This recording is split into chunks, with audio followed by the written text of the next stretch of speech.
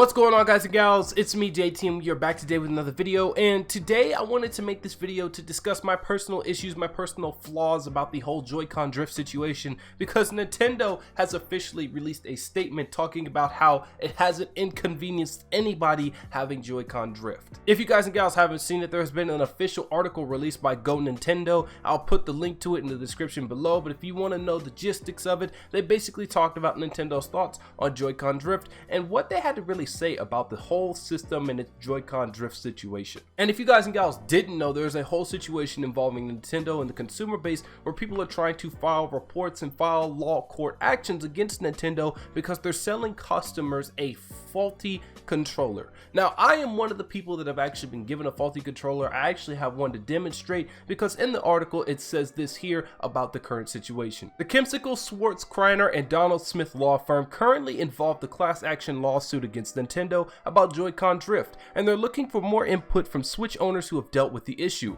Their firm has sent out an email to a number of people who have gotten in touch about Joy-Con drift, and they're looking for more video evidence of the problem. You can read the law firm's email down below, and the email is down below right here, and it states this message. It says here, "Thank you for contacting our law firm about Nintendo Switch Joy-Con drift litigation. We're working together and putting a montage of video clips from Nintendo Switch users such as yourself as a way to give voice to the Joy-Con drift issues you've experienced. This is very helpful to us in responding to Nintendo's arguments about how this isn't a real problem or how it hasn't caused anyone any inconvenience. In effort to humanize and demonstrate these issues on their impact to consumers, it will be helpful to our prosecution of the case if you submit a short 90 seconds or less video to us describing your experience with Joy-Con drift on your controllers." Now, I can actually demonstrate it here. I could show off Joy-Con drift being a major issue for my Nintendo Switch, as I've had to have went out and bought a whole separate controller, a whole single left Joy-Con, to mitigate and get rid of this issue. Now, as you guys and gals could see, this is my blue Joy-Con right here. This is the one that is currently infected with the whole Joy-Con drift situation. I have done everything in my power to make sure that this Joy-Con is cleaned out, to make sure that this Joy-Con can be cracked open and fixed, and every time I do it, it just goes to the extent to where I would probably have to go out and buy an external analog stick, replace it, and put it in my Nintendo Switch. And as you guys and gals know, I'm not that big of a rocket scientist. I know that taking apart controllers is not that hard nowadays, but I don't want to go for that. I don't want to do that. That's risky. You know, if I break this is like, what, $35? You see the big risk that you take when you open up a controller like this. And plus, if you try to open up and fix the problem yourself, you're going to void Nintendo's warranty and you can't send your controller in. So it causes us to be in a big stalemate. Do I buy a new controller, or do I try to use the methods I've been using already to let this problem exist on the controller still and have a terrible experience? Now, right here, this is actually the controller that I bought. Is the left Joy-Con controller for my Nintendo Switch system. This is the most current thing. I bought this controller about 2 months back because this one started bugging up. It's been bugging up for a very long time despite me cleaning it, and I had to pay $35 out of pocket for this plus a warranty to ensure that this system, if it breaks, I'm covered. I shouldn't have to go out and buy a warranty for this controller because I fear that it's going to have Joy-Con drift on it. It's absolutely unacceptable, and it's very stupid that Nintendo has me this worried about a controller like this. It's so dumb. Like, I don't understand Nintendo, man. I really don't get it.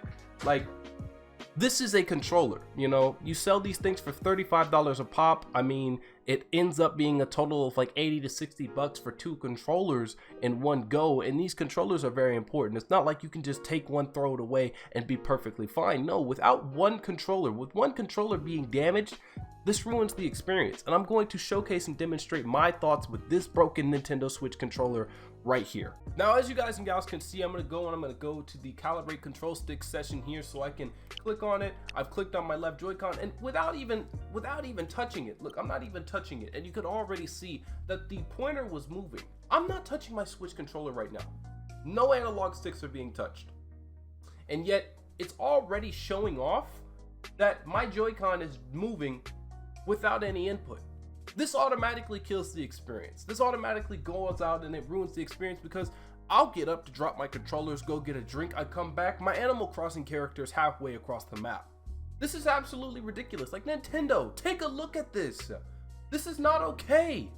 This is not okay. For a system that costs $300, for a controller that by alone it costs around what, 35 to 50 bucks, this is unacceptable, okay? If it wasn't that big of an inconvenience for us to have this problem on our existing Joy-Con controllers, why would you go out of the way to buy and make new updated controllers that patch this issue, that go out and fix this issue here? But that was only just a glimpse of the system side of things. I wanted to demonstrate how this makes me feel when I'm playing a game like this. So for today's example, I'm going to be using Animal Crossing New Horizons, since this could affect me immensely. Okay, so we're officially in Animal Crossing New Horizons, and this is where I noticed my Joy-Con drift ruining my gameplay experience. Now, if you guys and gals didn't know, this game requires you to do a lot of moving. Like, look, I'm already having Joy-Con drift 2 seconds in. This controller isn't even being used, and my character model is already walking to the left.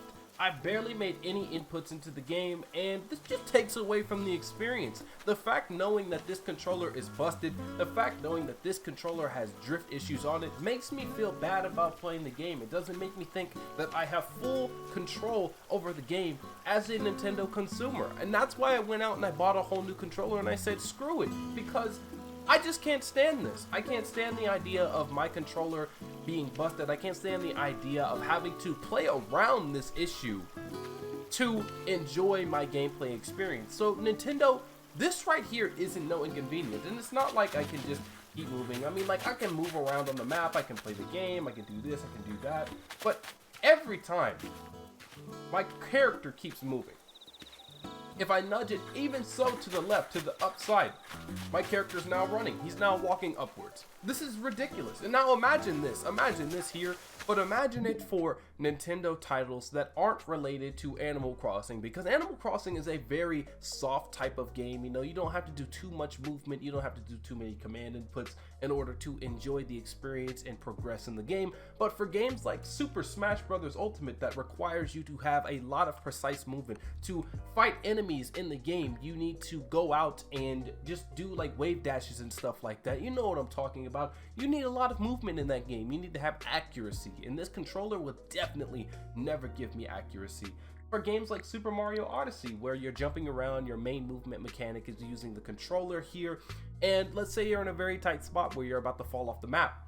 Okay, this drift can end it all. You know, there are many different games on the Nintendo Switch that showcase how bad that this drift is, and it's unacceptable that a controller that costs this much, that costs such an expensive amount of money just for one controller on its own, already has nicks and busted mechanics in it that just ruin the gameplay experience for anyone. Look guys, I understand this video is a little bit serious. You know, there's a lot of things that I talked about here, and I know it sounds like me complaining a lot, but I feel like Nintendo is a very different company. I like the way they do gaming, I enjoy the games that they produce, I enjoy the consoles that they make, but this is a big issue. It's bigger than they think it is, and I want them to know that. I want to demonstrate my personal fears and thoughts about it here with the Nintendo Switch Joy-Con drift situation. Now, if you guys and gals have also had problems with Joy-Con drift, I want us to speak up about it. Hashtag Joy-Con drift issues or something like that. Get it trending, put it on YouTube, Twitter, everywhere. Nintendo, this is a problem, and we want to see you fix it because we care about you and we want to continue to play your video games. That's gonna be all for this video today. I really do appreciate everyone for coming out and watching this video. Hopefully you enjoyed it. I know it was a little infuriating, maybe too much detailed instructions or details there, but I had to talk about this. Like, this is something that's been getting on my nerves. You know, I have a whole controller here that's basically just incapable of playing video games, and it just makes me angry. So I thought I should share my experience there. Thank you guys and gals for watching this video. If you like this video and you want to see more, make sure to hit that like and the subscribe button, and peace out.